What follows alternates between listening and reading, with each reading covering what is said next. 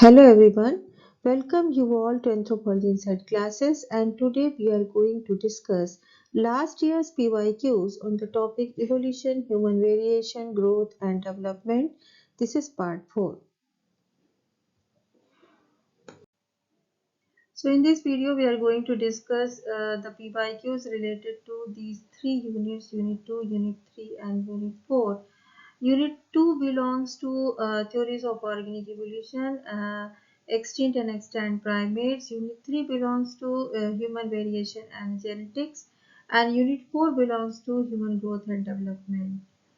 So let's start.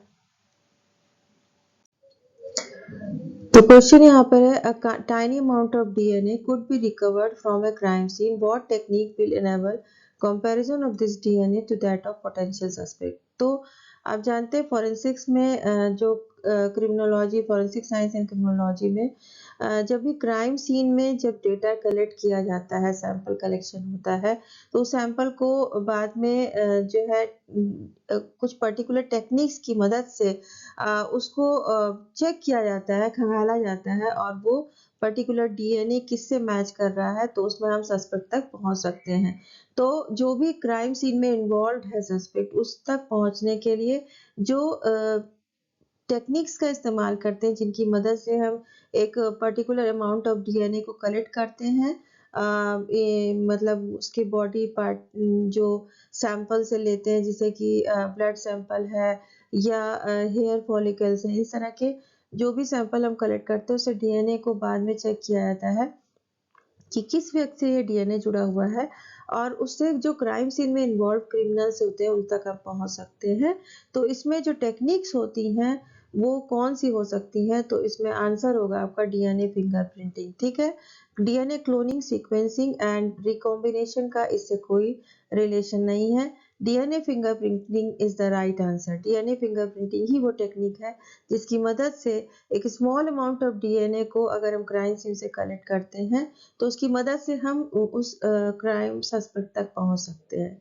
ठीक है। If a molecule of starch is repeatedly hydrolyzed, which of the following would be the final product? तो अगर किसी भी जो स्टार्च मॉलिक्यूल को, जो कि कॉम्प्लेक्स मॉलिक्यूल है, अगर उसको हम लगातार हाइड्रोलाइज करते हैं, ठीक है, तो उससे क्या फाइनल प्रोडक्ट हमको मिलता है? तो फाइनल प्रोडक्ट हो जाएगा glucose. Final product will be the glucose. Then dental formula of the deciduous dentition means milk teeth में क्या डेंटल फॉर्मूला होता है? तो आप मिल्क टीथ का डेंटल फॉर्मूला कई बार आप पढ़ चुके हैं, 2102 होता है, 2102 होता है। ठीक है, 2102 ये डेंटल फॉर्मूला होता है जिसमें कि प्रीमोलर्स एब्सेंट होते हैं। देन आ जाएगा rich counting is not possible in which of the following ring finger ball patterns. अब फिंगर बॉल पैटर्न्स जब आपने पढ़ा था डर्मेटोग्लिफिक्स में, तो आप पढ़े थे कि इसमें वर्ल्स होते हैं, लूप्स होते हैं, little pocket loops, plain arch, tented arch, इस तरह के तमाम जो है पैटर्न्स के बारे में आपने पढ़ा था। तो रिच काउंटिंग किस में पॉसिबल नहीं है? आपका आंसर होगा प्लेन आर्च, क्योंकि इसमें जो है ट्राइरेडाई नहीं बनती है। ठीक है, ट्राइरेडाई नहीं बनते हैं और इसीलिए रिच को काउंट नहीं किया जा सकता है। तो जीरो होता है number of triradii zero, and that is why in plain arch, in case of plain arch, rich counting is not possible. ठीक है, वर्ल के केस में 2 होता है, लूप में 1 होता है। ठीक है, लेकिन प्लेन आर्च में 0 होता है, तो इसीलिए रिच काउंटिंग पॉसिबल नहीं है। The movement of thumb to trace a circle might be described as। तो थंब को सर्कल ट्रेस करने में जो मूवमेंट होगा थंब का, उसको किस तरह हम डिस्क्राइब करेंगे? तो एबडक्शन, रोटेशन, प्रोनेशन, सर्कमडक्शन।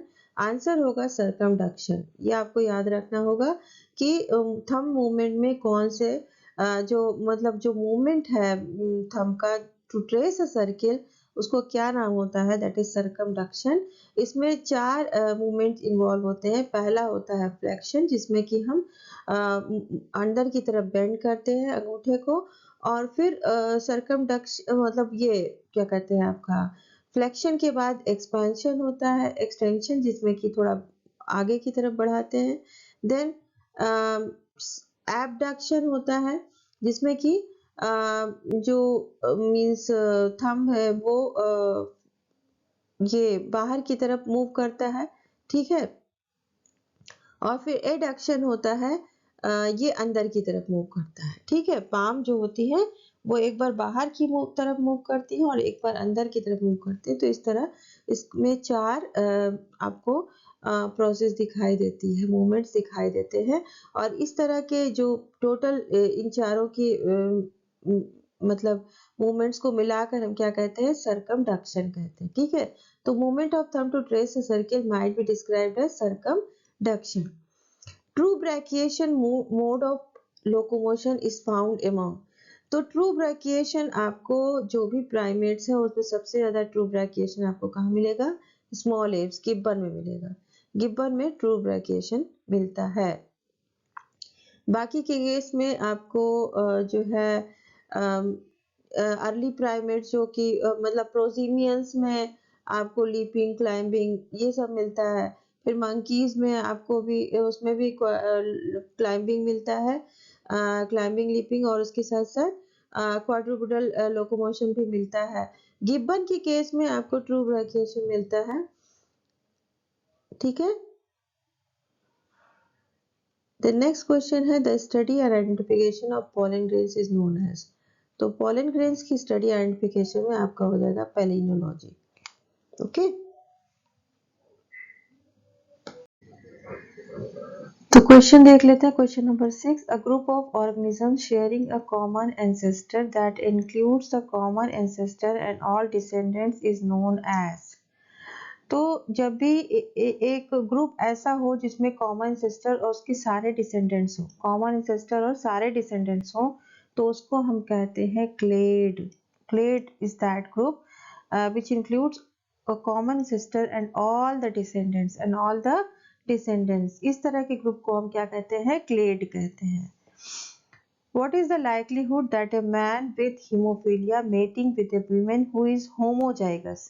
अब यहाँ पर बता रहा है कि हीमोफिलिक मैन है, means man with haemophilia. Man जो है दैट इज मैन जो है क्या, वो इफेक्टेड विद हीमोफीलिया है, मीन्स हीमोफिलिक मैन है। और उसकी अगर मीटिंग होती है एक वीमेन से who is homozygous for the normal form of the blood clotting factor gene will have the sun with haemophilia. Question पूछ रहा है कितनी चांसेस होंगी हीमोफिलिक सन की। तो 50%, 25%, 0% एंड 75%।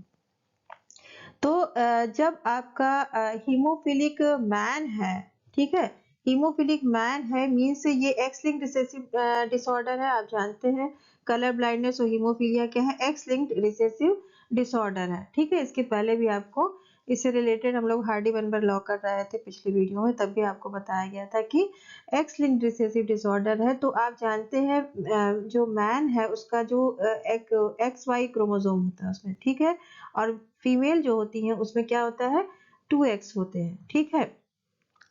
अब यहाँ पे होमोजाइगस है, विमेन क्या है, होमोजाइगस है। तो होमोजाइगस ये नॉर्मल फॉर्म है, तो ये डोमिनेंट फॉर्म है, ठीक है, ये डोमिनेंट है। और यहाँ पर रिसेसिव जो है, क्योंकि मेल में हीमोफिलिक मैन है तो ये एक्स लिंक्ड रिसेसिव डिसऑर्डर है, तो यहाँ पर H हो जाएगा, स्मॉल h, ठीक है।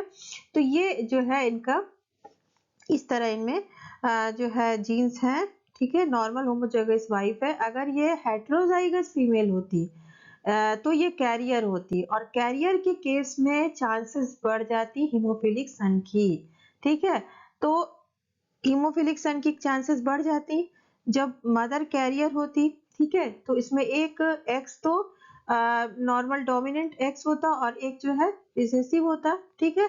तो चांसेस बढ़ जाती, एक इसका एच मिल जाता, मतलब अगर ये नहीं मिलता तो भी मदर के पास एक रिसेसिव होता, ठीक है। तो चांसेस 25% हो जाती, 25% चांसेस हो जाती हीमोफिलिक सन की अगर मदर कैरियर होती, मदर हेटेरोजाइगस होती, ठीक है। तो हेटेरोजाइगस अगर मदर होती तो 25% चांसेस हीमोफिलिक सन की हो जाती और 25% चांसेस हीमोफिलिक डॉटर की हो जाती, ठीक है। लेकिन जो फादर है वो तो हीमोफिलिक है, और अगर माँ नॉर्मल है तो चांसेस 0% होंगी। क्या होंगी चांसेस, 0% होंगी, क्योंकि जो है इसमें 50% चांसेस मतलब 50% चांसेस हैं हीमोफीलिया की, जिसमें कि 25% सन के लिए है, 25% डॉटर के लिए if mother is carrier, but here mother is homozygous normal. ठीक है, तो नॉर्मल है तो यहाँ पर चांसेस कम हो गई, तो क्या हो गया 0% चांसेस हो गई, 0% चांसेस हो गई। Okay, so chance of hemophilia in their son is 0% because all the sons will be the normal, all the sons will be the normal, सारे sons क्या होंगे, नॉर्मल होंगे, जिनमें कि ये कैपिटल एच होगा। ठीक है, तो नॉर्मल सन्स होंगे, तो हीमोफीलिया नहीं होगी। वाई तो ये फादर से ले लेंगे और ये डोमिनेंट एक्स ले लेंगे मदर से। ठीक है, तो इसलिए इनमें हीमोफीलिया नहीं होगी। ओके, तो यहाँ पे 0% हो जाएगा। अगर इनकी जो मदर है वो हेट्रोजाइगस होती, कैरियर होती, तब हीमोफीलिया की चांसेस 25% हो जाती। Who among the following was associated with the discovery of Gigantopithecus in India?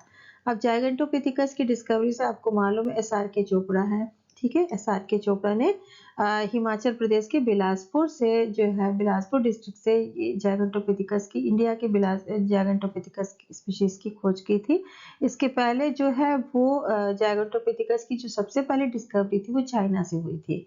ठीक है चाइना से हुई थी, और ये जो है SRK चोपड़ा ने बिलासपुर से की थी। SRK चोपड़ा और लेविस ने मिलकर की थी। बिलासपुरेंसिस इसको कहते हैं, जाइगेंटोपिथिकस बिलासपुरेंसिस। ओके, तो आपका आंसर हो जाएगा SRK Chopra. Then who among the following made a substantive contribution in human growth studies? तो ह्यूमन ग्रोथ स्टडीज में आपने देखा होगा, जब आप human growth and development chapter पढ़ रहे थे, तो ज्यादातर जो कंट्रीब्यूशन था वो किसका था, JM टैनर का था, टैनर। ठीक, देन प्रोजीमियंस। अब प्रोजीमियंस आपने कहाँ पढ़ा है, प्रोजीमियंस एंथ्रोपॉइड्स आपने जब प्राइमेट्स पढ़ रहे थे, तो प्रोजीमियंस जो है वो लोअर प्राइमेट्स को कहते हैं। ठीक है, इसमें क्या आते हैं आपके, लॉरिसेस आते हैं, लेमुर्स आते हैं, लीमर्स आते हैं, और लीमर लॉरिसेस एंड टार्जियस आते हैं, लीमर लॉरिसेस एंड टार्जियस आते हैं। तो आंसर आपका क्या हो जाएगा, 3। ठीक है, तो जो पहला क्लासिफिकेशन था प्रोजीमियंस एंड एंथ्रोपॉइड्स, या प्रोजीमियंस या सीमियंस में बांटा गया था। ठीक है, प्रोजीमियंस एंड सीमियंस। ठीक है, या इसको बाद में, तो पहले तो ये था प्रोजीमियंस एंड सीमियंस, तो सीमियंस को ही एंथ्रोपॉइड्स भी कहते हैं, एंथ्रोपॉइड्स। ठीक है, ये आपने पढ़ा है जब आप पढ़ रहे थे क्या कहते हैं, प्राइमेट्स जब आप पढ़े हैं तो आपने ये सब पढ़ा है। ठीक है, क्लासिफिकेशन। तो प्रोजीमियंस में कौन आते हैं, लीमर्स लॉरिसेस एंड टार्जियस आते हैं, और बाद में क्लासिफिकेशन फर्दर किया गया जिसमें कि जो प्रोजीमियंस थे उनको स्ट्रेप्सिराइनी में रखा गया, और हैप्लोराइनी एक ग्रुप बना, और हैप्लोराइनी में ये टार्जियस को रख दिया गया along with the anthropoids, along with the anthropoids, क्योंकि ये ड्राई नोज प्राइमेट होते हैं, तो टार्जियस भी एंथ्रोपॉइड्स के साथ रख दिए गए हैप्लोराइनी ग्रुप में। स्ट्रेप्सिराइनी में सिर्फ लीमर्स और लॉरिसेस को रखा गया था। ओके, बट यहाँ पर क्वेश्चन पूछ रहा है प्रोजीमियंस, और प्रोजीमियंस में आपके लीमर्स, लॉरिसेस एंड टार्जियस आएंगे। ओके, तो थर्ड ऑप्शन आपका हो जाएगा। नेक्स्ट क्वेश्चन देख लेते हैं। According to Lamarckism, long neck giraffe evolve because. ठीक है, अब लेमार्किज्म की थ्योरी आपने पढ़ी है, यूज एंड डिसयूज थ्योरी है, and theory of inheritance of acquired characters है। मींस समय के साथ साथ जैसे जैसे नीड्स चेंज होती गई, तो हमने अपने ऑर्गन्स को उसी तरह इस्तेमाल किया, और एक नई स्पीशीज का जन्म हुआ। न्यू नीड्स के हिसाब से ऑर्गन्स को जिस तरह भी हमने एक्वायर किया, नए ट्रेड्स एक्वायर किया, और हमारी एक नई स्पीशीज का जन्म हुआ, ऐसा मानना था लेमार्किज्म को। और जितना ही एक ऑर्गन को यूज करते जाते हैं तो उतना ही वो इवॉल्व होता जाता है, और जितना ही कम यूज करते हैं तो वो वेस्टिजियल ऑर्गन में तब्दील हो जाता है, मीन्स उसका कोई यूज नहीं रह जाता बॉडी में। ठीक है, तो वो पुअरली डेवलप्ड हो जाता है। तो ये तो लेमार्किज्म की थ्योरी थी। अब यहाँ पर देख लेते हैं क्या आएगा। Nature selected only long necked ones, तो ये तो नेचुरल सिलेक्शन की बात होती है, तो लेमार्क में तो ऐसा नहीं था। Then human prefers only long necked ones, ये भी गलत होगा। Short neck suddenly change into the long necks, ये भी नहीं है, सडन चेंज नहीं हुआ, इवोल्यूशन क्या है, वो ग्रेजुअल प्रोसेस है। And then fourth one is ये राइट है, of stretching of necks over many generations by short necked ones, ठीक है।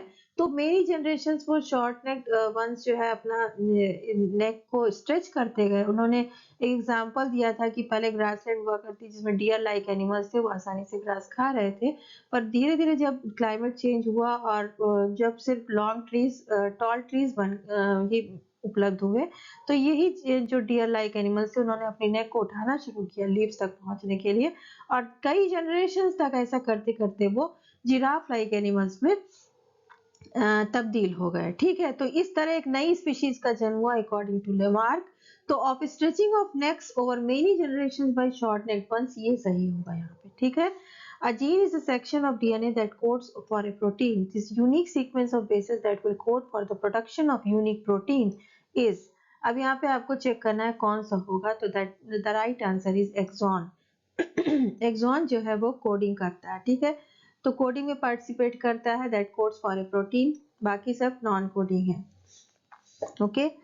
Then which of the following features best describe M T DNA, means mitochondrial DNA. अब mitochondrial DNA से जुड़े पे ये कुछ मींस फीचर्स हैं, आपको चेक करना है। It was discovered by Margaret Nash and Nash, तो ठीक है, ये नैश एंड नैश के द्वारा ही डिस्कवर किया गया था। It's codes for only 13 proteins, ये भी सही है। So far no disease has been ascribed to mtDNA, ये तो गलत होगा। And female contribute about 60%, ये भी गलत होगा, because they contribute 100% of their mitochondrial DNA to their sons, ठीक है। माँ से ही ये तो ट्रांसफर होता है, ठीक है। माइटोकॉन्ड्रियल डीएनए ओनली माँ ही ट्रांसमिट कर सकती है, इसमें फादर का कोई रोल नहीं होता है। इससे जब भी हम ट्रेस करते हैं माइटोकॉन्ड्रियल डीएनए का एंसेस्ट्री, तो माँ से ही करते हैं, ठीक है।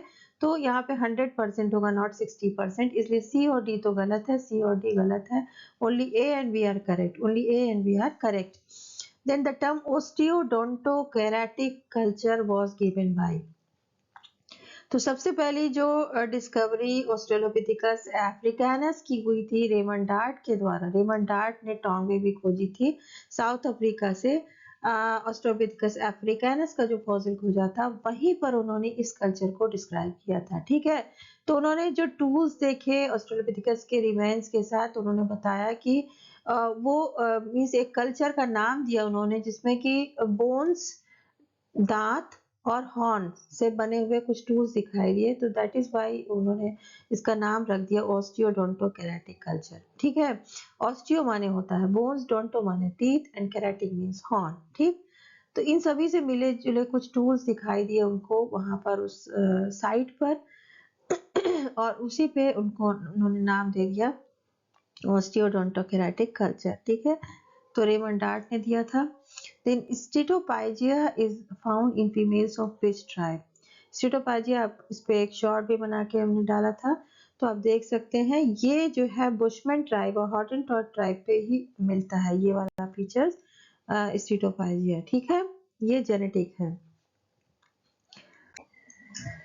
तो नेक्स्ट क्वेश्चन देख लेते हैं, which of the following statements about human chromosomes are true, ठीक है। Male sex chromosomes do not look alike, हाँ ये तो सही होगा।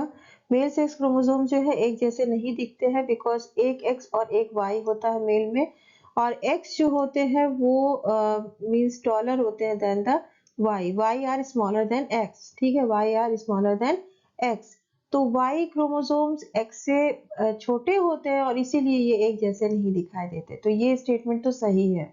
Overall female chromosomes are shorter than that of male, ये तो गलत होगा, बिकॉज फीमेल्स में 2x होते हैं और दोनों एक ही साइज के होते हैं, और y जो है क्योंकि छोटा है x से, तो मेल वाले जो है वो फीमेल से छोटे होंगे, not female chromosomes are shorter than that of male, ठीक है। तो ये वाला रॉन्ग स्टेटमेंट है B. Autosomes have genes for the same traits of the same loci, ये सही है। And in every pair one chromosome come from each parent, हाँ ये भी सही है, ठीक है। दोनों पेरेंट से ही एक एक क्रोमोसोम जो है शेयर होते हैं, ओके। तो ए सी डी सही है, ए सी डी सही है, बी जो है आपका गलत है। तो ए सी डी आपका थर्ड ऑप्शन सही है। द नेक्स्ट क्वेश्चन देख लेते हैं, which of the following traits are true of human male pelvis. तो जब भी स्केलेटन आइडेंटिफिकेशन किया था फॉसिल में, तो इजीली आप चेक कर सकते हैं, अगर पेल्विस के बारे में अगर आपको मालूम है तो कुछ फीचर्स होते हैं human male and female pelvis के, उनमें कुछ डिफरेंसेस होते हैं जो आपको जानना जरूरी है, कि जो फीमेल्स होती हैं उनकी पेल्विक रीजन वाइडर होता है एज कंपेयर टू मेल्स, ठीक है, क्योंकि उनका जो सब प्यूबिक एंगल होता है वो 90 डिग्री होता है। Sub pubic angle in case of females 90 degree या अबव हो सकता है, लेकिन मेल में it is less than 90 degree, less than 90 degree in human male. तो ये आपका सी ऑप्शन करेक्ट है, बिकॉज ह्यूमन मेल्स में लेस देन 90 डिग्री होता है, जबकि फीमेल्स में इट इज 90 डिग्री और above, and that is why females have wider pelvis than as compare to males. तो इनमें नैरो होता है मेल में, because here sub pubic angle is less than 90 degree. Okay, and दूसरा point जो होता है स्केलेटन आइडेंटिफिकेशन का, तो पेल्विक रीजन से ही हम करते हैं, जिसमें कि ग्रेटर सियाटिक नॉच जो होती है वो लेस देन 68 डिग्री होती है in case of males, in case of males, while in females it is 74 degree, while in females it is 74 degree. तो इलियक जो बोन होती है, जो फैन शेप इलियक बोन होती है, उसी में यहीं पे एक नॉच बना होता है, और इसी को हम कहते हैं ग्रेटर सियाटिक नॉच, ठीक है। तो इसी का जो डिग्री है वो अगर लेस देन 68 डिग्री है तो it belongs to males, and it is more than 68 degree और 74 डिग्री और above, then it belongs to female. तो इसी के आधार पर स्केलेटन आइडेंटिफिकेशन किया जाता है on the basis of these features of pelvic region. तो पेल्विस में ये सारे फीचर्स होते हैं मेल पेल्विस में, ठीक है। Sub pubic angle is less than 90 degree, while in case of female it is 90 degree. In case of male pelvis, greater sciatic notch is less than 68 degree, while in case of females it is more than 68 degree or 74 degree something, ठीक है। तो ये दोनों features तो आपको mail pelvis के लिए true मिल रहे हैं, सी एंड डी तो ट्रू मिल रहे हैं। बाकी एक कौन सा देख लेते हैं, muscle attachments are more robust, हाँ ये भी सही है। मसल अटैचमेंट जो है ह्यूमन मेल पेल्विस के केस में ज्यादा रॉबस्ट होती है, फीमेल्स में उतनी रॉबस्ट नहीं होती है, तो बी भी सही है। ए रॉन्ग है आपका, ए रॉन्ग है, because sacrum in most of the times missing लिखा है, ये गलत होगा। सैक्रम मेल एंड फीमेल दोनों में पाया जाता है, सैक्रम जो है मेल एंड फीमेल दोनों में पाया जाता है। जो वर्टिब्रल कॉलम है उसके सबसे नीचे जो टेल बोन होती है उसके जस्ट ऊपर क्या होती है, सैक्रम बोन होती है। तो सैक्रम दोनों में पाया जाता है, मेल पेल्विस फीमेल पेल्विस दोनों में पाया जाता है।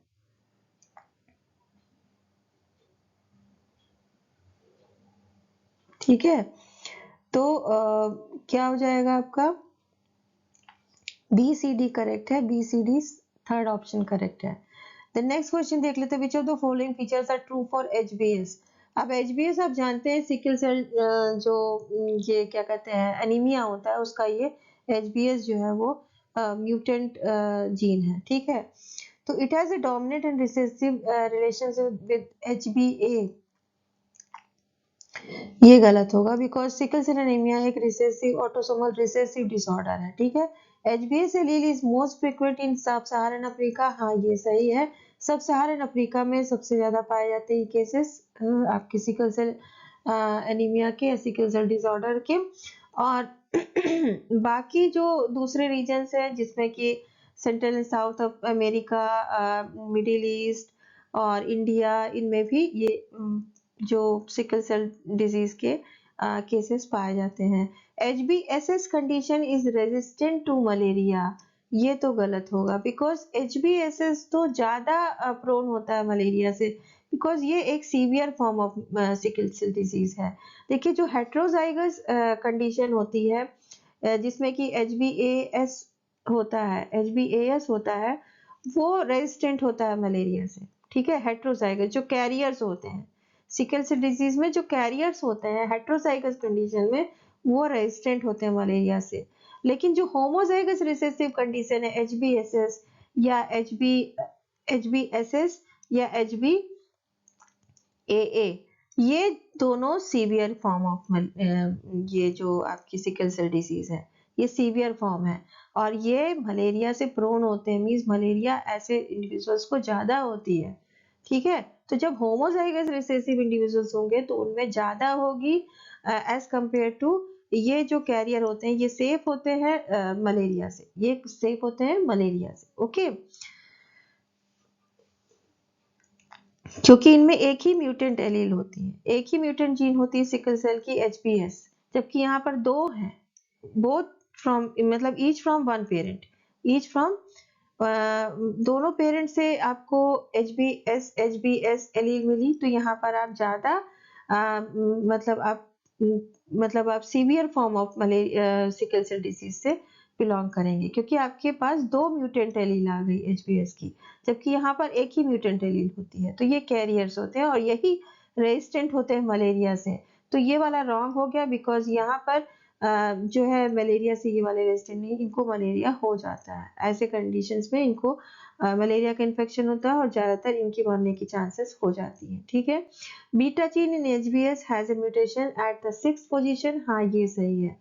तो HBS में बीटा चेन में ही म्यूटेशन होता है, उसी की वजह से ये कंडीशन आती है सिकल सेल डिसऑर्डर की। तो beta chain in HBS has mutation at the 6th position, this is correct statement. ठीक है। तो ए तो रॉन्ग हो गया, बी और डी करेक्ट है, बी और डी करेक्ट है, मींस थर्ड ऑप्शन आपका करेक्ट है, थर्ड ऑप्शन आपका करेक्ट है। तो नेक्स्ट क्वेश्चन देख लेते हैं, which of the following are true for adaptation and acclimatisation.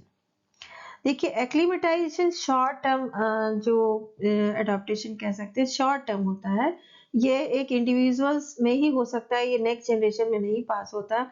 आपकी जो क्लाइमेटिक कंडीशंस अगर थोड़ा चेंज होती हैं तो आप थोड़ी देर के लिए आपकी बॉडी में जो भी चेंजेस होते हैं उस बदली हुई क्लाइमेटिक कंडीशन को झेलने के लिए जो भी आपके अंदर चेंजेस आते हैं, जैसे कि स्वेटिंग स्टार्ट हो जाती है या आप कांपने लगते हैं, ज्यादा कोल्ड हो जाता है, ठीक है, तो वो जो एक कंडीशन आती है वो एक्लेमेटाइजेशन होती है, उससे बचने के लिए आपकी बॉडी में कुछ चेंजेस आते हैं, तो वो एक्लेमेटाइजेशन होगी, ये रिवर्सिबल भी होता है। बट एडॉप्टेशन जो होता है ये लॉन्ग टर्म प्रोसेस है, ये ज्यादा समय लगता है इसमें, और ये जनरेशन आफ्टर जनरेशन ही ट्रांसफर भी हो जाता है। बिकॉज जैसे कि एक कोल्ड एनवायरनमेंट में जैसे कि पोलर बियर्स रहते हैं या जो भी है, तो पोलर बियर्स के फर निकल आते हैं, बिकॉज क्लाइमेटिक कंडीशंस को झेलने के लिए लॉन्ग टर्म उनकी बॉडी में जो चेंजेस आते हैं और फिर वो नेक्स्ट जनरेशन में भी ट्रांसमिट होते हैं। बट एक्लेमेटाइजेशन जो है एक इंडिविजुअल तक ही सीमित रहता है, ठीक है, उसके नेक्स्ट जनरेशन तक वो चीजें नहीं ट्रांसमिट होती हैं। तो इसमें जेनेटिक इफेक्ट दिखेगा, पर इसमें एक्लेमेटाइजेशन में जेनेटिक्स का कोई रोल नहीं है। तो यहाँ पर स्टेटमेंट्स देख लेते हैं, acclimatization is restricted to individual life time only, हाँ ये सही है, एक इंडिविजुअल की लाइफ टाइम तक ही ये रहेगा, नेक्स्ट उसके जनरेशन तक नहीं जाएगा, ठीक है। तो ए तो सही है।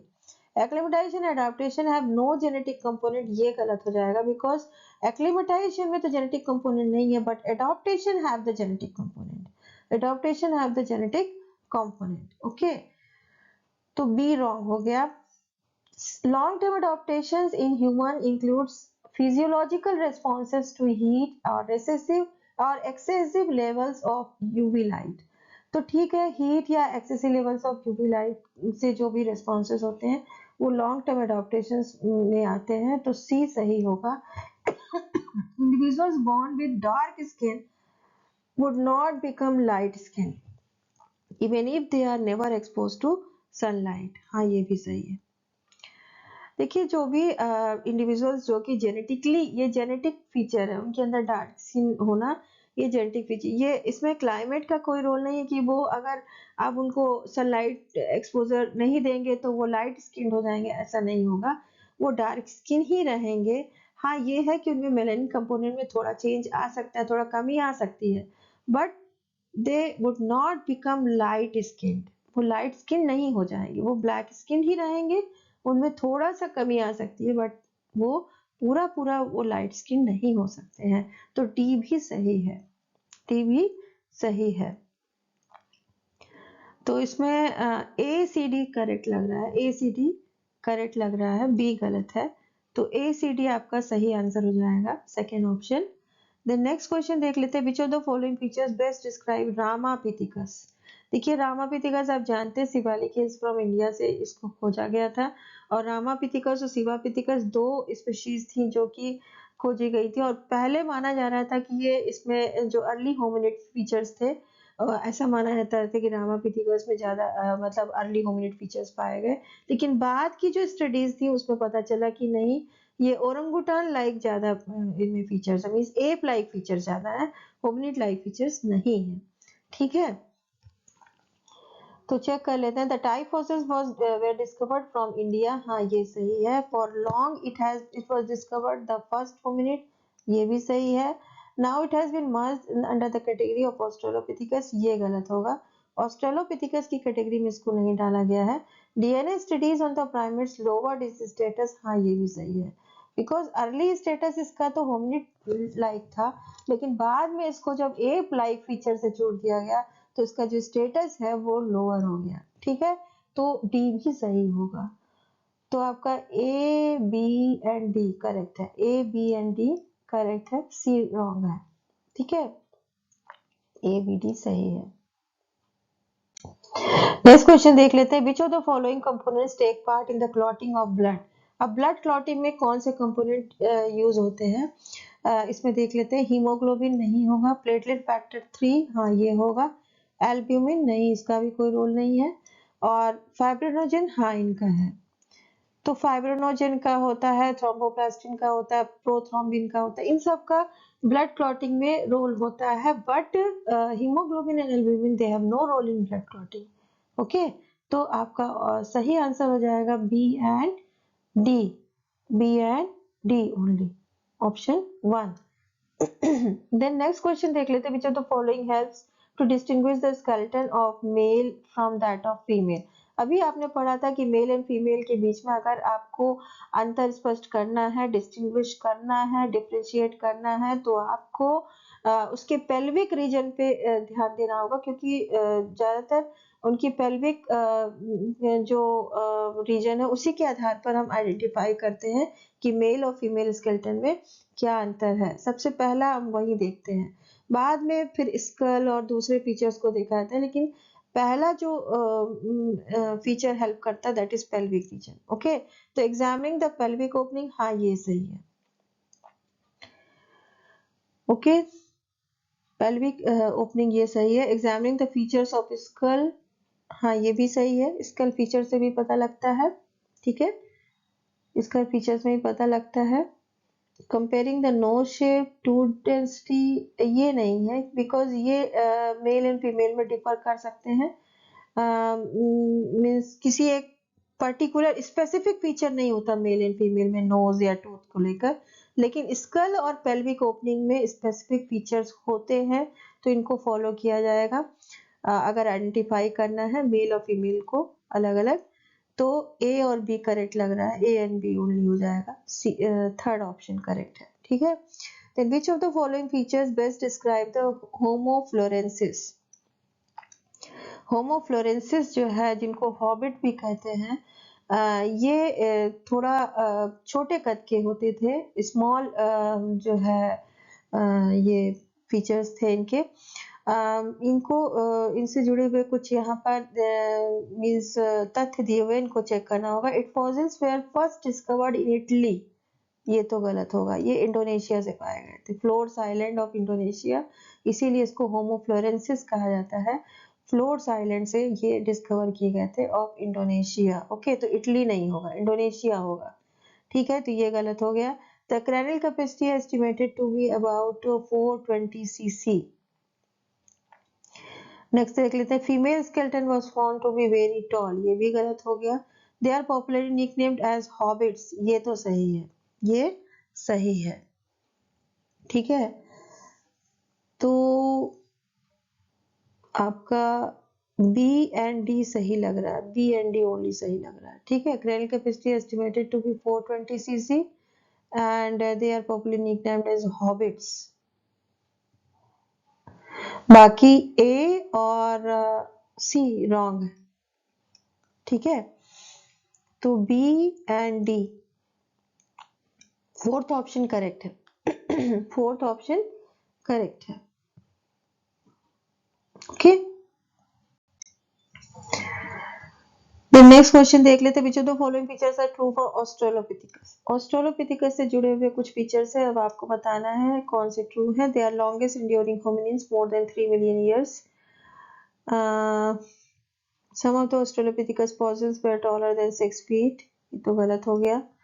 There type fossil were discovered by the Raymond Dart, हाँ ये सही है, ये सही है। ऑस्ट्रेलोपिथिकस अफ्रीकानस हो जाता टोंग, ठीक है। And the Australopithecus discovered from Australia are more advance. Australia से तो कोई डिस्कवरी हुई ही नहीं थी ऑस्ट्रेलोपिथेकस की, तो ये तो पूरा पूरा रॉन्ग हो गया। अब जो पहला है लॉन्गेस्ट इंड्यूरिंग ह्यूमनिन्स, ये करेक्ट तो नहीं है क्योंकि होमो इरेक्टस थे लॉन्गेस्ट इंड्यूरिंग ह्यूमनिन्स। सबसे ज्यादा साल तक वही रहे, मोर देन 3 मिलियंस नहीं, कुछ 1.5 मिलियन तक ही ये रहे होंगे, 1.5 से तो जो होमो इरेक्टस थे वो 2 मिलियन या अबव रहे होंगे। तो ये तो सही नहीं है, पर यहाँ पर जो स्टेटमेंट दिए है उसमें ए और सी ही सही लग रहे हैं, तो ए और सी को ही आपको चूज करना होगा, A and C only, A and C only, okay, A and C only हो जाएगा। In which of the following factors are responsible for indirect infanticide? Indirect infanticide.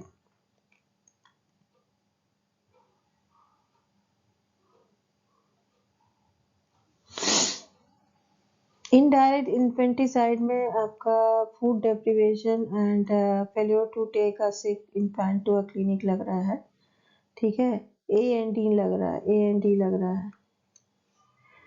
Indirect means direct नहीं मानने की कोशिश की है, इनडायरेक्टली अगर फीमेल इन्फेंटिसाइड वो इन्फेंटिसाइड हो जाती, नॉट फीमेल इन्फेंट, किसी भी इन्फेंट का अगर ये किलिंग हो जाती है इनडायरेक्ट, तो ये दोनों फीचर्स लग रहे हैं।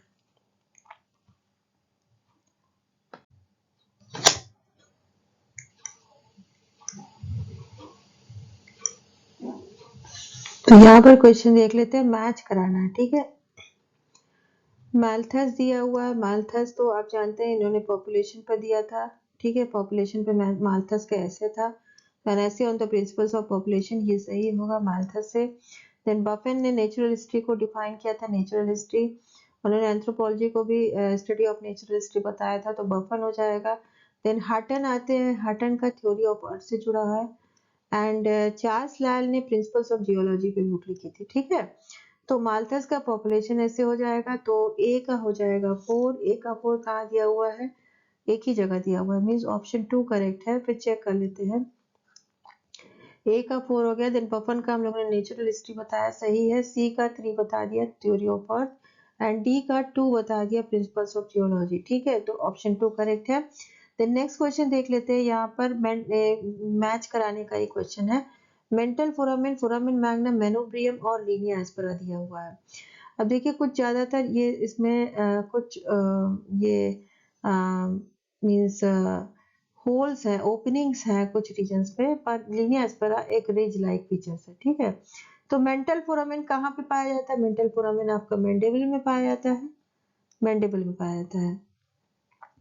फोरामिन मैग्नम आपका स्कल रीजन में पाया जाता है, स्कल के जस्ट नीचे फोरामिन मैग्नम होता है जहां से वर्टिब्रल कॉलम अटैच होता है, ठीक है। मैनोब्रियम जो होता है वो आपका स्टर्नम रीजन में पाया जाता है, ओके। और लीनिया एस्पेरा आपका ये रिज लाइक फीचर होता है जो कि फीमर में पाया जाता है, पोस्टीरियर रीजन में, ओके। तो मेंटल फोरामिन को आप मैंडिबल से लगाएंगे, ये गलती मत करिएगा कि आप मेंटल फोरामिन को स्कल से लगा दीजिएगा। स्कल में फोरामिन मैग्नम होता है जो कि एकदम नीचे होता है, एंटीरियरली प्लेस्ड होता है स्कल के बेस में, ठीक है। तो मेंटल फोरामिन मैंडिबल से लगाना है, ए का हो जाएगा 3, ए का 3 देखिए 2 जगह दिया हुआ। अब बी चेक कर लेते हैं, फोरामिन मैग्नम स्कल, बी का 1 मीन्स ऑप्शन 1 करेक्ट है। देन सी का 4, ठीक है, स्टर्नम हो जाएगा, एंड देन डी का 2 सही है, तो ऑप्शन 1 करेक्ट है। नेक्स्ट क्वेश्चन देख लेते हैं, Edward syndrome, Klinefelter syndrome, Turner syndrome and Down syndrome. तो यहाँ पर ये एडवर्ड सिंड्रोम है, एडवर्ड को याद करने का हमने बताया था कि 18 से जोड़ सकते हैं, एड 18, ठीक है। तो एडवर्ड सिंड्रोम क्या हो जाएगा, ट्राइसोमी 18 हो जाएगा। मीन्स ये ऑटोसोमल डिसऑर्डर है जिसमें कि एन्यूप्लॉइडी है, जिसमें कि एक एक्स्ट्रा क्रोमोसोम आता है क्रोमोसोम 18 पे, तो ट्राइसोमी हो जाती है। ठीक है, generally a pair of chromosome होता है, लेकिन जब 2 की जगह 3 हो जाते हैं तो ट्राइसोमी हो जाती है। तो ट्राइसोमी हो जा रही है 18 क्रोमोसोम पर, इसीलिए इसको ट्राइसोमी 18 कहते हैं, एडवर्ड सिंड्रोम को। देन क्लेनफेल्टर सिंड्रोम जो होती है ये मीन्स ये एक्स लिंक्ड ये सिंड्रोम है, मीन्स सेक्स लिंक्ड सिंड्रोम है ये। और यहाँ पर क्या हो रहा है, एक एक्स्ट्रा एक्स हो जा रहा है। जनरली मेल में एक्स वाई होता है, X Y syndrome, X Y जो है इनका सेक्स क्रोमोसोम होता है, लेकिन एक एक्स्ट्रा एक्स जुड़ गया तो यहाँ पर भी ट्राइसोमी दिखाई दे रही है सेक्स क्रोमोसोम में। तो सेक्स क्रोमोसोम में ट्राइसोमी दिखाई दे रही है in case of Klinefelter syndrome. Okay, इसमें ट्रिपल एक्स भी आते हैं और एक्स एक्स वो एक्स वाई वाई भी होते हैं, तो इस तरह के भी जो है सिंड्रोम होते हैं, लेकिन क्लेनफेल्टर में 2x हो जाता है। ठीक है, एक एक्स वाई के साथ साथ एक एक्स और जुड़ जाता है। टर्नर सिंड्रोम जो है एक मोनोसोमी कंडीशन है, इसमें 44x हो जाता है, एक एक्स इसमें गायब हो गया है। ठीक है, तो मिसिंग एक एक्स, तो ये हो जाएगा एक्सो। टर्नर सिंड्रोम में मोनोसोमी है, सेक्स लिंक्ड सिंड्रोम है ये, मोनोसोमी। एंड डाउन सिंड्रोम में क्रोमोसोम 21 जो ऑटोसोम 21 है उसमें एक एक्स्ट्रा क्रोमोसोम आ जाता है, तो क्रोमोसोम 21 में ट्राइसोमी है तो डाउन सिंड्रोम है, क्रोमोसोम 18 में ट्राइसोमी है तो ये एडवर्ड सिंड्रोम है। ओके, और टर्नर सिंड्रोम और क्लेनफेल्टर क्या है, ये सेक्स लिंक्ड सिंड्रोम है, सेक्स लिंक्ड सिंड्रोम है। ठीक है, ये दोनों ऑटोसोमल है, ट्राइसोमी वाले। ये जो आपका ये भी ट्राइसोमी है और ये मोनोसोमी है। ओके, टर्नर सिंड्रोम मोनोसोमी है। तो सही आंसर देख लेते हैं, ए का हो जाएगा आपका 2, ए का 2 3 जगह दिया हुआ है। देन बी, बी का 4, बी का 4 2 जगह दिया हुआ है। देन सी देख लेते हैं, टर्नर सिंड्रोम का 1 हो जाएगा, तो सी का 1 मीन्स ऑप्शन 2 करेक्ट है, ऑप्शन 2 करेक्ट है, सी का 1 एंड डी का 3 दैट इज 21 ट्राइसोमी। ठीक है, तो सेकेंड ऑप्शन करेक्ट है। देन यहाँ पे नेक्स्ट क्वेश्चन देख लेते हैं, मैच कराना है। इनबॉर्न एरर्स ऑफ मेटाबॉलिज्म में DNA fingerprinting, genetic drift, polymerase chain reaction technique, PCR technique. ठीक है, देखिए inborn errors of metabolism Archibald Garrod ने इसको डिस्कवर किया था, तो ये हो जाएगा inborn errors of metabolism Archibald Garrod के साथ। डीएनए फिंगरप्रिंटिंग एलेक्स जेफरीज ने किया था, तो एलेक्स जेफरीज के साथ हो जाएगा। जेनेटिक ड्रिफ्ट को सीबल राइट ने खोजा था, तो सीबल राइट इफेक्ट हो जाएगा, इसको सीबल राइट इफेक्ट भी कहा था जेनेटिक ड्रिफ्ट को। और पीसीआर जो टेक्निक है दैट इज ये कैरी मोलिस की है। ठीक है, कैरी मोलिस। तो इनबॉर्न एरर्स ऑफ मेटाबॉलिज्म आपको गैरेट के साथ लगाना है, ए का 3 हो जाएगा, ए का 3 एक ही जगह दिया हुआ है, मीन्स ऑप्शन 4 करेक्ट है। देन देख लेते हैं, बी का 1 एलेक्स जेफरीज, सी का 4 सिबल राइट एंड डी का 2 दैट इज कैरी मोलिस। हाँ, ऑप्शन 4 करेक्ट है। नेक्स्ट क्वेश्चन देख लेते हैं, identify the correct sequence of following blood group systems in the ascending order of their discovery. अब डिस्कवरी के आधार पर आपको यहाँ पर लगाना है। तो देखिए इसके पहले भी इस तरह के क्वेश्चंस आप पिछले वीडियो में किए थे, जिसमें कि डिफरेंट ब्लड ग्रुप्स को उनके डिस्कवरी के आधार पर हमको अरेंज करना था। यहाँ पर भी आपको करना है ascending order of the discovery, means earliest से लेटेस्ट की तरफ। तो देखिए एबीओ ब्लड ग्रुप सबसे पहले खोजा गया था लैंडस्टीनर के द्वारा 1901 में, लेकिन यहाँ एबीओ ब्लड ग्रुप नहीं पूछा है। अब एमएन ब्लड ग्रुप उसके बाद डिस्कवर किया गया 1927 में, तो 1927 में एमएन ब्लड ग्रुप डिस्कवर किया गया। देन आपका आरएच ब्लड ग्रुप उसके नेक्स्ट आता है जो कि 1940s में हुआ है, और डफी ब्लड ग्रुप 1950 में हुआ है, 1950 में हुआ है। और उसके बाद आएगा बॉम्बे ब्लड ग्रुप जो कि इंडिया में डिस्कवरी हुई उसकी 1952 में, 1952 में बॉम्बे में हुई, that is why it is known as Bombay blood group. Okay, तो आपका ये अरेंज कर लीजिए। ठीक है, तो अरेंज करेंगे अब हम एमएन ब्लड ग्रुप से स्टार्ट करेंगे, क्योंकि असेंडिंग ऑर्डर में करना है तो अर्लीस्ट टू लेटेस्ट करना है। तो बी से स्टार्ट करेंगे, बी के बाद सी आ रहा है 1940, देन डी आ रहा है 1950 एंड देन 1952 आ रहा है लास्ट में फॉर्म ब्लड ग्रुप। तो B C D A means option 4 correct है। The next question देख लेते हैं, identify the correct sequence of the following major causes in the ascending order of the discovery. Neanderthal man है, होमो erectus है, Homo habilis है, Australopithecus अफ्रीकानस है। ठीक है, तो देखिए इसमें सबसे पहले जो है नियंडरथल मैन की डिस्कवरी हुई है, देन होमो इरेक्टस की हुई है। ठीक है, नियंडरथल मैन की सबसे पहले 1856 में हुई है, ट्रायोपिथिकस की भी 1856 में हुई थी, देन आपकी होमो इरेक्टस की 1891 में हुई है, 1891 में हुई है, और 1960 में हुई है होमो हैबिलिस की, और 1924 में हुई थी ऑस्ट्रेलोपिथेकस अफ्रीकानस की, रेमंड डार्ट ने की थी। ठीक है, 1924 में। ओके, तो इसके लिए आपको नियंडरथल मैन तो आपने देख लिया 1856 में हुई थी, 1856 में होमो इरेक्टस आप जानते हैं 1891 में हुई थी, 1891 में हुई थी। इसकी मैरी लीके ने की थी 1960 में, होमो हैबिलिस की, और ऑस्ट्रेलोपिथेकस अफ्रीकानस को रेमंड डार्ट ने 1924 में डिस्कवर किया था। ठीक है, तो इस हिसाब से नियंडरथल मैन सबसे पहले है, और इसको आपको ascending order of the discovery को लगाना है, मीन सेम इसी की तरह कि अर्लीस्ट टू लेटेस्ट लगाना है, तो आपको नियंडरथल मैन से स्टार्ट करना होगा। तो नियंडरथल मैन सबसे पहले आएगा, देन होमो इरेक्टस आएगा, देन ऑस्ट्रेलोपिथेकस अफ्रीकानस आएगा, लास्ट में होमो हैबिलिस आएगा।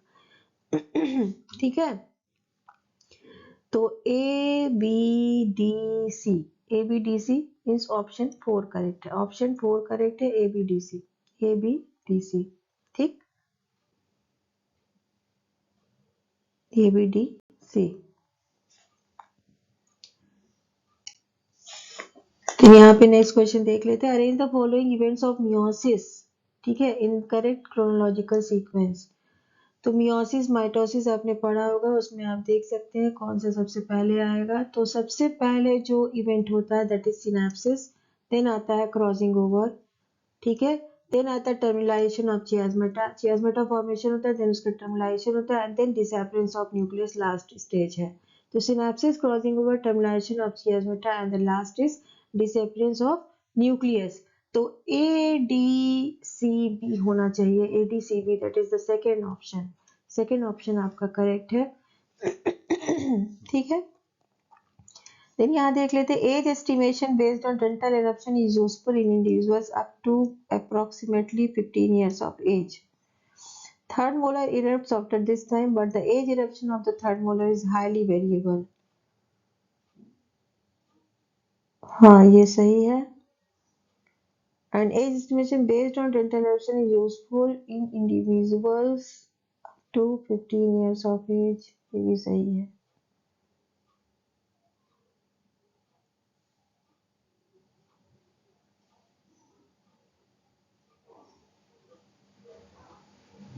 हाँ, दोनों ही सही है, तो statement both statement 1 and 2 are correct हो जाएगा। Then repetitive DNA sequences are the nucleotide sequences that are repeated many times in the human genome. हाँ, ये सही है। Repetitive DNA sequences have no direct role in coding. ये भी सही है। Both are correct. Both are correct. Statement 1 and 2 are correct. ठीक। Then यहाँ पे नवंबर 20 के क्वेश्चन आ गए। अभी तक हम लोग 2021 के क्वेश्चन कर रहे थे। अब चेक कर लेते हैं, diagnosis of chromosome aneuploidy of unborn children. Aneuploidy of unborn children is normally done by the combination of amniocentesis, cell culture and, तो यहाँ पे हो जाएगा कैरियोटाइपिंग, कैरियोटाइपिंग। ठीक है, क्रोमोसोम नंबर, स्ट्रक्चर कैरियोटाइपिंग से भी पता लग जाता है, तो ये हो जाएगा आपका कैरियोटाइपिंग। इसमें भी एन्यूप्लॉइडी को चेक किया जा सकता है with the help of karyotyping. Okay, तो दो मेथड्स पहले बताए गए हैं, amniocentesis and cell culture, and the third one is karyotyping, और इनकी मदद से हम किसी भी अनबॉर्न चिल्ड्रन में एन्यूप्लॉइडी को चेक कर सकते हैं, क्रोमोसोमल एन्यूप्लॉइडी को चेक कर सकते हैं। जो भी क्रोमोसोमल डिसऑर्डर्स होते हैं, मीन्स डाउन सिंड्रोम हो सकता है, टर्नर सिंड्रोम, इस तरह का हम चेक कर सकते हैं। Okay, then growth hormone that promotes growth and has an effect on just about every cell in the body is secreted by, देखिए, जब भी ग्रोथ हार्मोन की बात आएगी, जो कि ग्रोथ आपकी बॉडी में प्रमोट करता है, तो ग्रोथ हार्मोन जो है पिट्यूटरी ग्लैंड के द्वारा सीक्रेट होता है। ये मास्टर ग्लैंड कही जाती है। Okay, then Australopithecus afarensis Lucy lived in. Lucy जो है वो कहाँ से खोजी गई थी? लूसी आप जानते हैं ईस्ट अफ्रीका का था। ईस्ट अफ्रीका का फॉसिल था लूसी। ठीक है, डोनाल्ड जॉनसन ने इसको खोजा था लूसी को ईस्ट अफ्रीका के हैदर इथियोपिया से। ओके, तो lived in east Africa. Okay, south Africa से अफ्रीकानस खोजा गया था जो कि टोंग बेबी था, ईस्ट अफ्रीका से Lucy. Then Homo florensis, the pygmy fossils described in Brown et al. In 2004 were discovered from। इससे जुड़ा हुआ एक क्वेश्चन आप पहले भी देख सकते हैं। होमो फ्लोरेंसिस कहाँ से बिलोंग करते थे? इंडोनेशिया के फ्लोर्स आइलैंड से। तो ये हो जाएगा 1। ठीक है, Indonesia. Neutral theory of molecular evolution Kimura ने दिया था, तो ये क्यूमुरा हो जाएगा। Then genetic diversity is required for natural selection to act, but natural selection can reduce or eliminate the diversity. What process can restore the genetic diversity in a population? तो genetic diversity कम होती है natural selection से, लेकिन किन process के द्वारा restore कर सकते हैं आपको देखना होगा। तो इसमें जेनेटिक ड्रिफ्ट नहीं, ये भी कम करता है। सेक्सुअल सिलेक्शन, ये भी। स्टेबलाइजेशन सिलेक्शन, ये सभी जेनेटिक डाइवर्सिटी को कम करते हैं। बट ओनली म्यूटेशन, म्यूटेशन से वेरिएशन जेनेटिक डाइवर्सिटी बढ़ती है।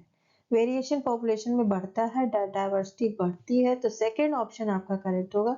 बाकी सब जेनेटिक डाइवर्सिटी को रिड्यूस करते हैं, but mutation increases the genetic diversity and it can restore the genetic diversity to a population. The mechanism that can cause a gene to move from one linkage group to another is known as translocation. नाम से ही पता चल रहा है, यहाँ पर एक से दूसरी जगह ट्रांसमिट हो रहा है कुछ। तो ट्रांसलोकेशन क्या होता है कि एक जीन जो है वो मूव करती है वन लिंकेज ग्रुप से अनदर की तरफ। ठीक है, देन नेक्स्ट क्वेश्चन देख लेते हैं। Which of the following epochs have been suggested by some to be renamed as the Anthropocene? Anthropocene, देखिए इसमें कौन सा होगा? होलोसीन होगा। होलोसीन को एंथ्रोपोसीन कहा जाता है, मन रीनेम करने के लिए सजेस्ट किया जा रहा है। ठीक है, तो होलोसीन को ही एंथ्रोपोसीन कहा सकता है। मायोसीन, प्लिस्टोसीन, प्लायोसीन, ये सब इसके पहले के हैं। होमोनैलिडी, ये भी एक स्मॉल स्पीशीज थी होमो की। होमो जो जीनस है उसकी एक स्मॉल स्पीशीज है होमोनैलिडी। और ये कहाँ से खोजा गया था? ये साउथ अफ्रीका के नैलिडी केव साइट से खोजा, डी नैलिडी केव चैम्बर से होमोनैलिडी खोजा। तो इसको स्टार भी कहा था। नैलिडी मीन्स होता है स्टार, नैलिडी माने होता है स्टार। ठीक है, डीनैलिटी मीन्स स्टार्स की जब मीन्स प्लूरल फॉर्म है डीनैलिटी। तो डीनैलिटी चैम्बर से खोजा गया था, इसीलिए इसका नाम होमोनैलिडी है। ओके, 2015 में ये खोजा गया था। Then Philadelphia chromosome is generated by translocation between. Philadelphia का आप जानते हैं, फिलाडेल्फिया क्रोमोसोम 9 एंड क्रोमोसोम 22 के बीच के ट्रांसलोकेशन के वजह से होता है। ठीक है, क्रोमोसोम 9 एंड क्रोमोसोम 22, ये आपको याद रखना होगा। और इसकी वजह से कैंसर भी डेवलप हो जाता है। ओके, तो Philadelphia chromosome is generated by translocation between chromosome 22 and chromosome 9। तो यहाँ पे क्वेश्चन देख लेते हैं। पुरहाटा इंडेक्स इज कैलकुलेटेड एज। ठीक है, तो पुरहाटा इंडेक्स को कैसे कैलकुलेट करते हैं? तो इसमें आपको याद करना होगा वल्स बाय लूप्स इनटू 100 को ही पुरहाटा इंडेक्स कहते हैं। ठीक है, वल्स बाय लूप्स इनटू 100, ये आपको याद रखना होगा। Which of the following statements about the allele frequencies are true?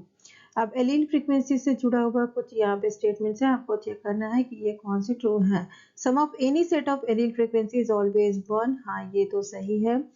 Hardy-Weinberg law में भी आपने पढ़ा था कि P plus Q is always equal to 1। ठीक है, तो any set of allele frequency होगा उसका सम हमेशा 1 होना चाहिए। If an allele is missing from a population its frequency 0, हाँ ये भी सही है। अगर एलील मिसिंग है पॉपुलेशन से तो उसकी फ्रीक्वेंसी 0 होगी। If there are 2 alleles at a locus and we know the frequency of one of the locus, one of them, we can obtain the frequency of the other by subtraction, हाँ ये भी सही है। अगर P plus Q is equal to 1 होता है, ठीक है, मान लीजिए आपको P मालूम है तो Q आप आसानी से 1 minus P करके निकाल लेंगे। ठीक है, तो इसमें से कोई भी अगर एक की वैल्यू मालूम है तो दूसरी को आप सब्ट्रैक्शन करके निकाल सकते हैं। Two populations of the same gene frequency for a locus both will be in the Hardy Weinberg equilibrium, ये गलत है।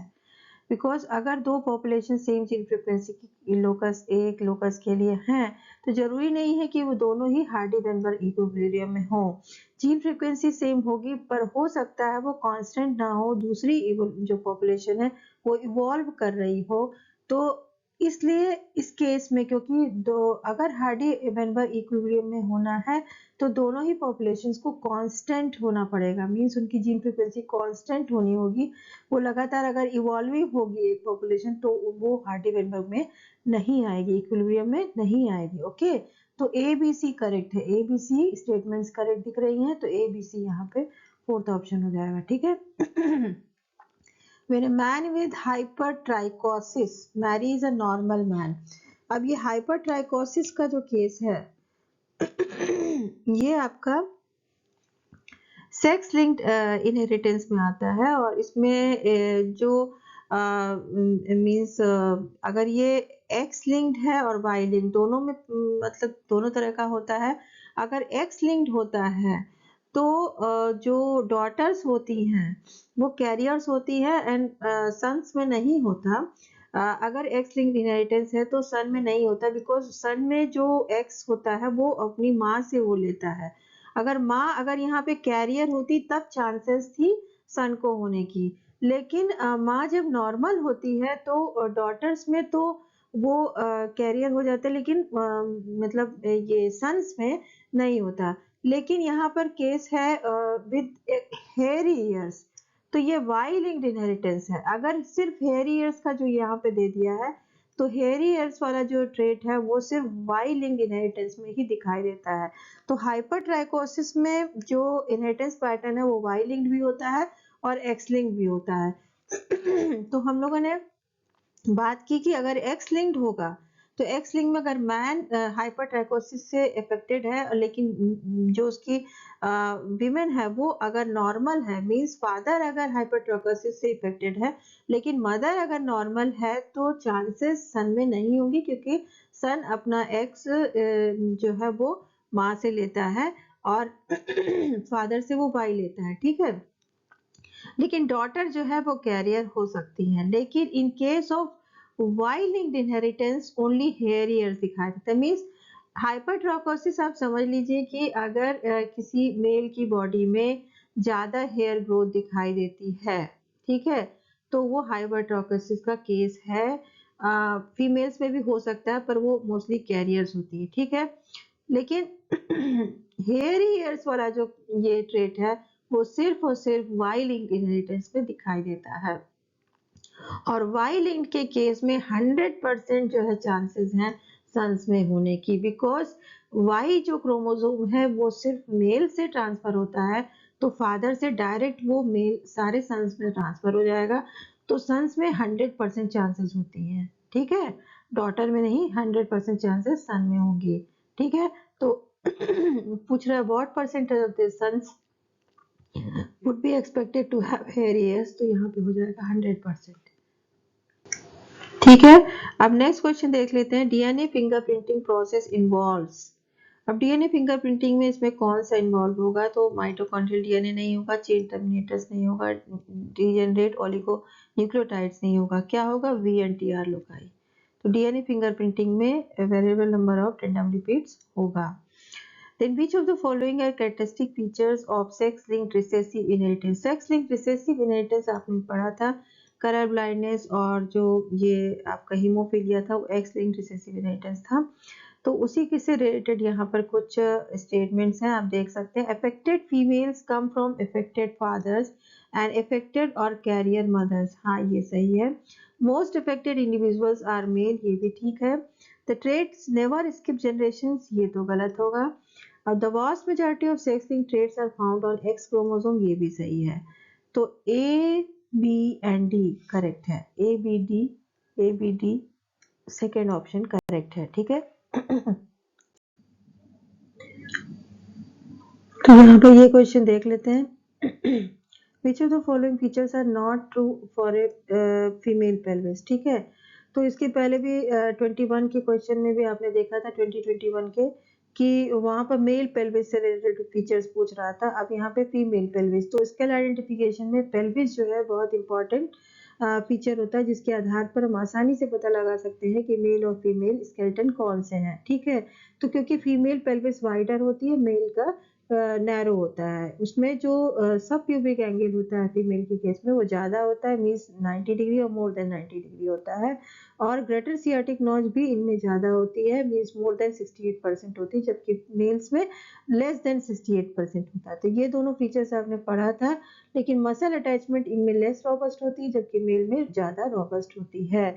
तो ये सारा आप ऑलरेडी पढ़ चुके हैं, फिर से आप ये क्वेश्चन लगा सकते हैं, ये पूछा जा सकता है आपसे मेल और फीमेल पेल्विस वाला। तो ये आप ध्यान दीजिएगा, सब प्यूबिक एंगल इसमें वाइडर होता है, मोर देन 90 डिग्री होता है। तो 90 डिग्री और मोर देन 90 डिग्री इनके केस में होता है, and more than 68 degree greater sciatic notch होती है। ठीक है, सैक्रम वाला जो ये पॉइंट है ये गलत होगा, sacrum is narrower and more curved, sacrum का यहाँ पे कोई वो नहीं है relation. And muscle attachments are less robust, ये सही होगा, मेल के केस में ज्यादा रॉबस्ट होती है, इनमें लेस रॉबस्ट होती है। तो ए सी डी ये 3 करेक्ट है, ए सी डी। ठीक है, पीछे तो following statements are true for mitochondrial DNA. Mitochondrial DNA आपने पढ़ा था कि जो मैटरनल इनहेरिटेंस में माइटोकॉन्ड्रियल डीएनए का बहुत इंपॉर्टेंट रोल होता है, माँ से ही ट्रांसमिट होते हैं उनके सारे जो प्रोजेनी होती है। ठीक है, तो 100% जो है वो जीन्स माइटोकॉन्ड्रियल डीएनए ट्रांसफर होता है वहाँ से उनके ये और मतलब ऑफस्प्रिंग्स को। ठीक है, तो human mitochondrial DNA codes for 37 genes, ये सही है, इसमें 37 जीन्स होते हैं। ठीक है, empty DNA is a double stranded loop of DNA, ये भी सही है। Each mitochondria possesses between 100 to 200 mitochondrial DNA loops, ये गलत है, बहुत कम अमाउंट ऑफ डीएनए लूप्स होते हैं, ये बहुत ज़्यादा लिखा है। And mitochondrial DNA has only 16,569 base pairs, ये सही है। ठीक है, तो आपका option number A B D सही है। ए बी डी कहाँ पर दिया हुआ है, ये ऑप्शन 4 आपका करेक्ट है। ठीक है, अब नेक्स्ट देख लेते हैं, which statements about Down syndrome are correct. Down syndrome अभी आपने पढ़ा था कि डाउन सिंड्रोम क्या होता है, ये 21 ट्राइसोमी होता है, means autosome number, autosome means chromosome number 21 जो होता है ऑटोसोम, उसमें 2 के बजाय 3 हो जाते हैं ऑटोसोम्स क्रोमोसोम 21 पे, तो उसी से ट्राइसोमी होती है। तो ट्राइसोमी 21 को हम डाउन सिंड्रोम कहते हैं, और इसमें मेंटल रिटार्डेशन आ जाती है चाइल्ड में, और एज बढ़ने के साथ साथ, माँ की एज बढ़ने के साथ साथ इसकी चांसेस बढ़ जाती हैं। तो अब यहाँ पर देख लेते हैं, affected individuals have an extra autosome, हाँ सही है, हमने बताया कि एक पेयर होता है क्रोमोसोम्स का, ऑटोसोम्स का, और उसमें 2 की बजाय जब 3 हो जाते हैं तो एक्स्ट्रा ऑटोसोम हो गया, इसीलिए इसको यहाँ ट्राइसोमी कहा जाता है। तो क्रोमोसोम ऑटोसोम 21 में जब ट्राइसोमी शो करते हैं, एक्स्ट्रा ऑटोसोम हो जाता है, तब ये आपको डिजीज होती है डाउन सिंड्रोम। ठीक है, cause is a non-disjunction when chromosomes do not separate during the first meiotic division, हाँ ये सही है, नॉन डिसजंक्शन की वजह से ये ऐसा होता है। The frequency increases dramatically in mothers over age 40, ये भी सही है, एज बढ़ने के साथ साथ इसकी चांसेस बढ़ जाती है। पीपल विद डाउन सिंड्रोम है नॉर्मल IQ, ये गलत होगा, इसमें मेंटली रिटार्डेशन हो जाता है, मीन्स मेंटल रिटार्डेशन हो जाता है, मेंटली वीक होते हैं। तो डी नहीं सही है, ए बी सी सही है, ए बी सी सही है, मीन्स ऑप्शन 1 करेक्ट है।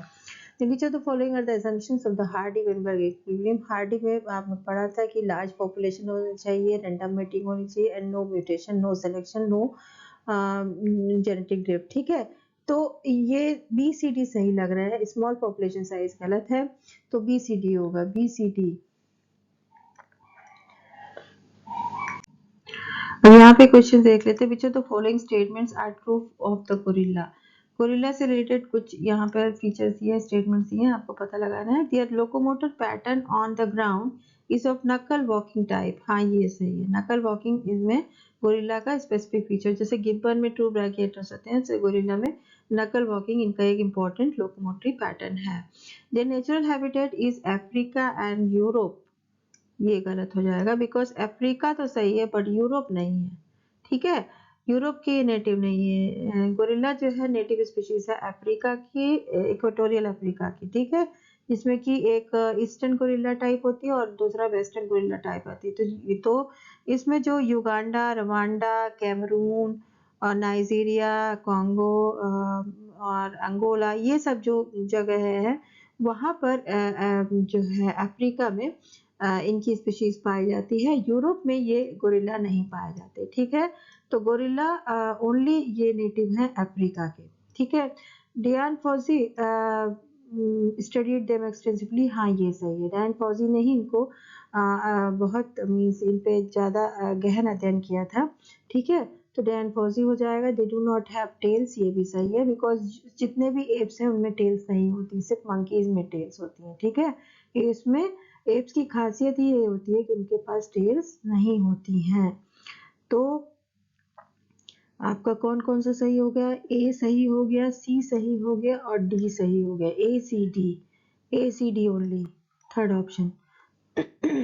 ठीक है, अब देख लेते हैं नेक्स्ट क्वेश्चन। देखिए ऑस्ट्रेलोपिथेकस एफरेंसिस लूसी से जुड़ा हुआ है। ये लूसी को डोनाल्ड जॉनसन ने खोजा था, ठीक है, डोनाल्ड जॉनसन ने खोजा था हादर इथियोपिया से, तो ठीक है, ये ईस्ट अफ्रीकन फॉसिल है।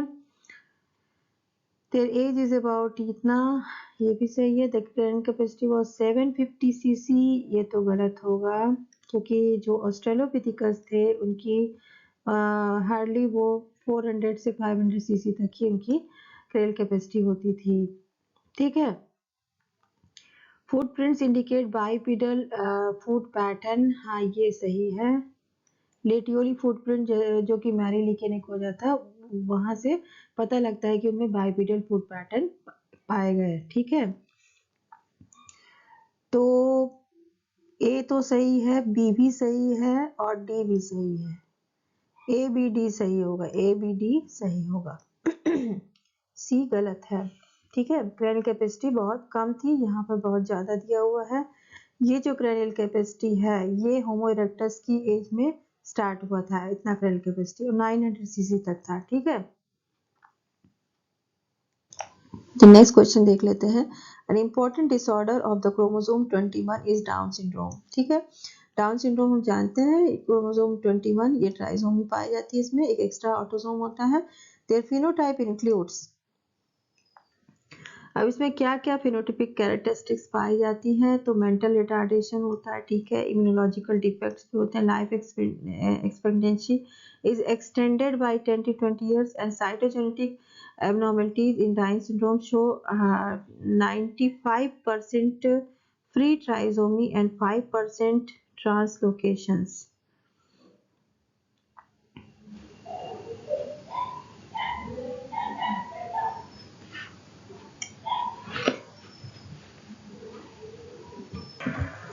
तो यहाँ पर हम देख सकते हैं कि ये तो गलत होगा, life expectancy is extended by 10 to 20 years because 60 years up to जो है ये जो सर्वाइव कर सकते हैं डाउन सिंड्रोम के जो पेशेंट्स हैं।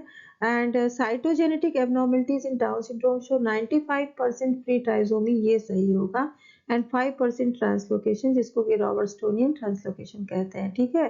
तो 95% ये फ्री ट्राइसोमी की वजह से होता है, ठीक है, नॉन डिजेंशन की वजह से फ्री ट्राइसोमी होती है 95%, और 5% जो है वो ट्रांसलोकेशन शो करता है, ठीक है। तो ये डी आपका करेक्ट होगा, सी रॉन्ग है, और ए भी करेक्ट है, बी भी करेक्ट है, तो ए बी डी हो जाएगा, A B D only means option 4 हो जाएगा, ठीक है।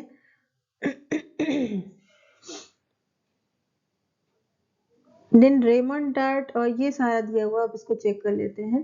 देखिए रेमंड डार्ट ने तो अफ्रीकानस को खोजा था, ठीक है, डी का 2 हो जाएगा, डी का 2 दो जगह दिया हुआ है, ठीक है।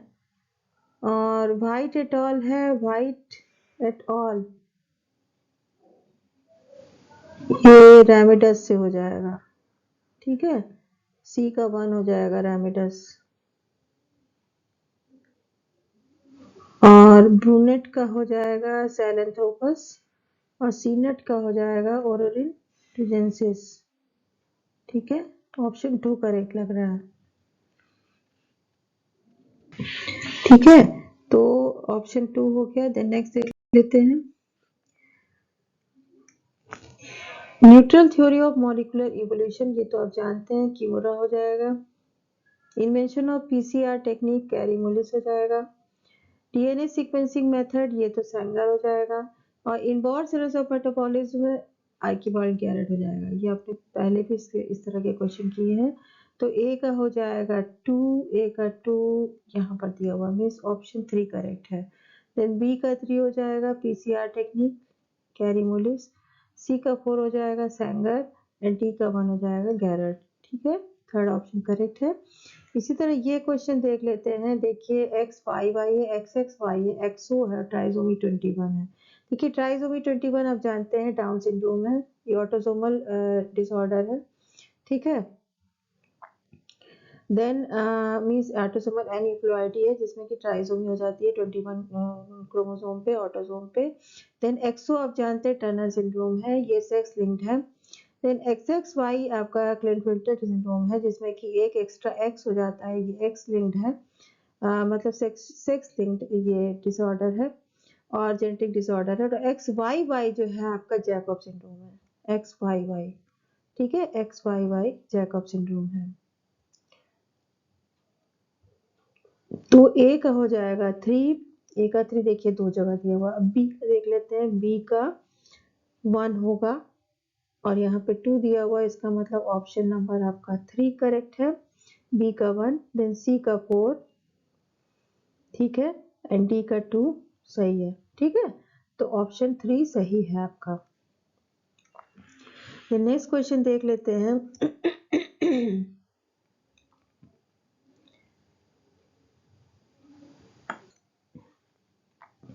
A specific DNA sequence that can be labeled and used for detecting specific sequences। ठीक है, तो यहाँ पर ये जो है, इसको क्या कहेंगे हम, इसको प्रोब कहेंगे। ठीक है, क्या कहेंगे, प्रोब। तो ए का तो हो जाएगा 4, ए का 4 हो जाएगा, ए का 4 हो जाएगा। ठीक है, तो ए का तो 4 हो गया। The non-functional DNA sequence that shows a similarity to non-allelic gene, तो नॉन फंक्शनल डीएनए तो सीडोजीन हो जाएगा, सीडोजीन। ठीक है, short single standard chemically synthesise, तो बी का 1 हो गया।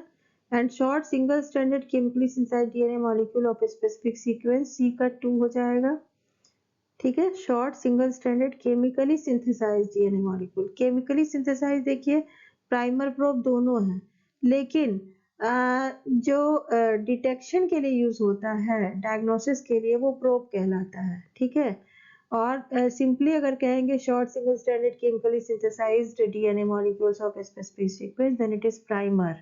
ठीक है, an insertion of the mitochondrial sequence within the nuclear genome, जब न्यूक्लियर जीनोम के अंदर माइटोकॉन्ड्रियल डीएनए को के सीक्वेंस को इंसर्ट करते हैं तो उसको नम्ड कहते हैं, nuclear mitochondria, NUMT, that is nuclear mitochondria, तो नम्ड हो जाएगा। ठीक है, तो डी का हो जाएगा 3, डी का 3 हो गया, यहाँ ये हो गया। देन सी का 2 हो जा रहा है, सी का 2 हो जा रहा है, that is primer. Then B का 1 हो जा रहा है, सीटोजीन, एंड ए का 4th हो जा रहा है, दैट इज प्रोब।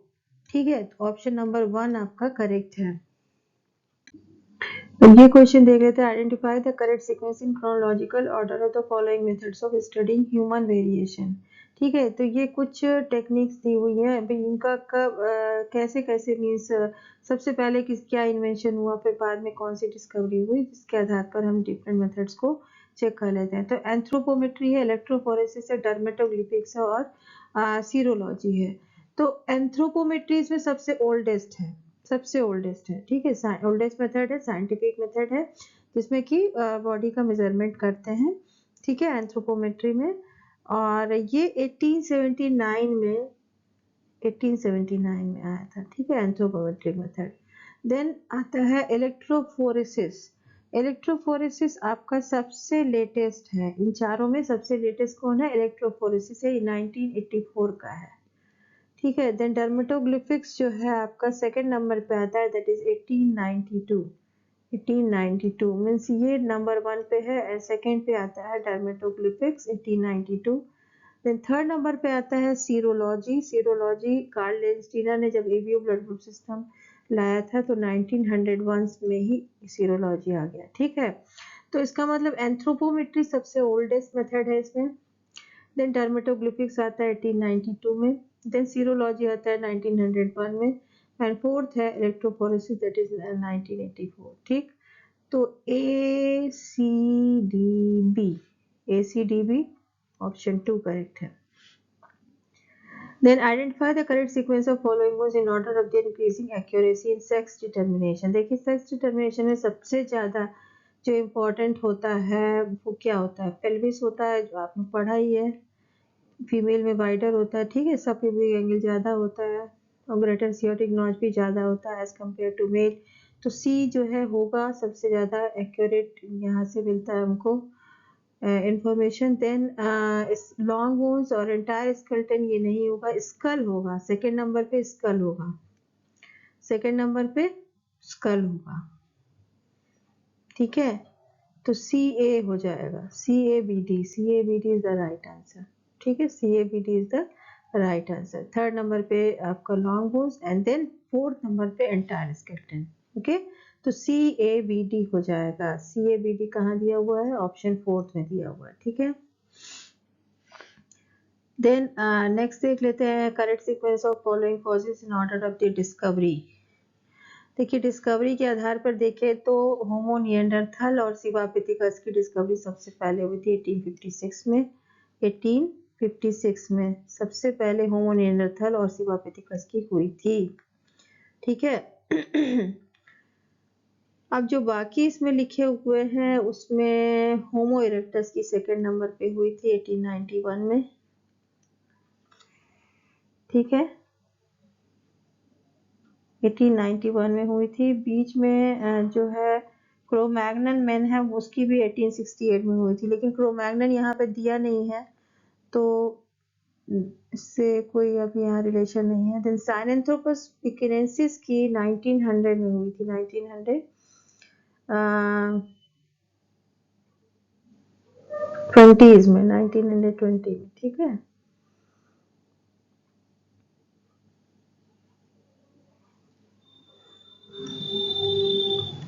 और होमो हाइडेलबर्जेंसिस इसकी 1907 में हुई थी, 1907 में हुई थी हाइडेलबर्जेंसिस की।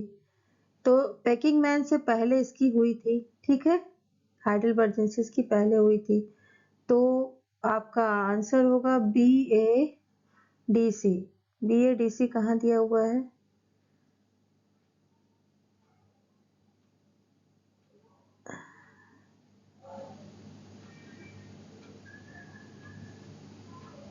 BBAC दिया हुआ है। Correct sequence of the following causes in order of their discovery, तो बी तो सबसे पहले आना चाहिए, बी सबसे पहले आना चाहिए, लेकिन यहाँ ए सबसे लास्ट में दे दिया है, ये तो गलत हो जाएगा।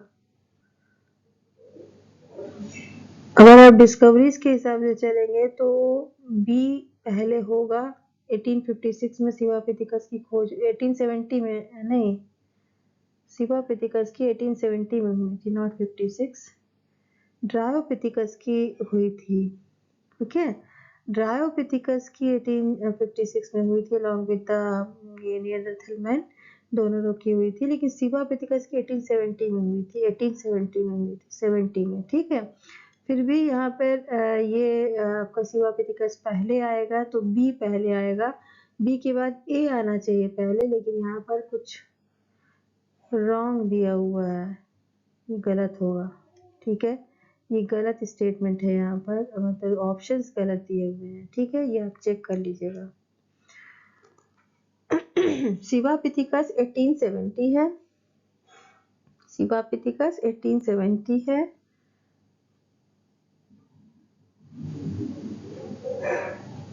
ठीक है, सिवापिथिकस 1870 है। और आपका हाइडेलबर्जेंसिस का 1921 है। नहीं, हाइडेलबर्जेंसिस का 1997 दिया, जो भी दिया ये सही है हाइडेलबर्जेंसिस का। ठीक है, 1921 रोडेंसिस का था, 1921 रोडेंसिस का है। तो 1920 से तो सिनेंथ्रोपस पेकिनेंसिस मैच कर रहा है, 1870 से सिवापिथिकस मैच करेगा, 1891 से आपका होमो इरेक्टस मैच करेगा।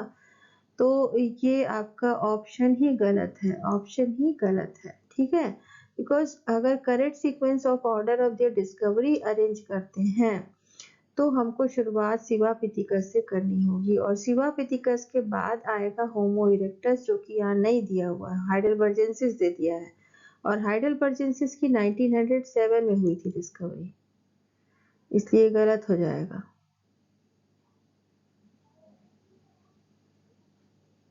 ठीक है, ये गलत हो जाएगा, BDCA नहीं होगा।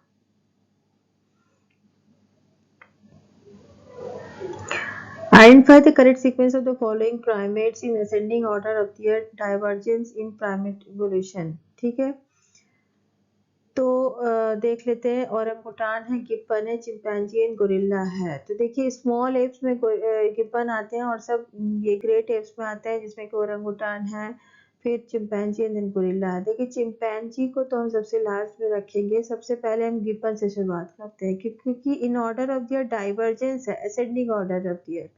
तो सबसे पहले शुरुआत होगी गिब्बन से। ठीक है, गिब्बन के बाद ओरंगुटान आएगा, देन गोरिल्ला आएगा, देन चिंपैंजी आएगा। तो BADC होना चाहिए, BADC होना चाहिए, मींस ऑप्शन 4 करेक्ट है। नेक्स्ट क्वेश्चन देख लेते हैं। वर्मी इस असर्शन रीजन क्वेश्चन है। Vermi from appendix is a vestigial organ in human body. हाँ, ये सही है। Vermi from appendix doesn't participate in digestion, ये भी सही है, क्योंकि ये वेस्टिजियल ऑर्गन है इसलिए पार्टिसिपेट नहीं करता डाइजेशन में। Both A and R are true and R is the correct explanation of A. तो आपका ऑप्शन नंबर 1 सही हो जाएगा। Repetitive DNA sequences are nucleotide sequences that are repeated many times in human genome, ये तो सही है। And repetitive sequences have no direct role in coding, ये भी सही है।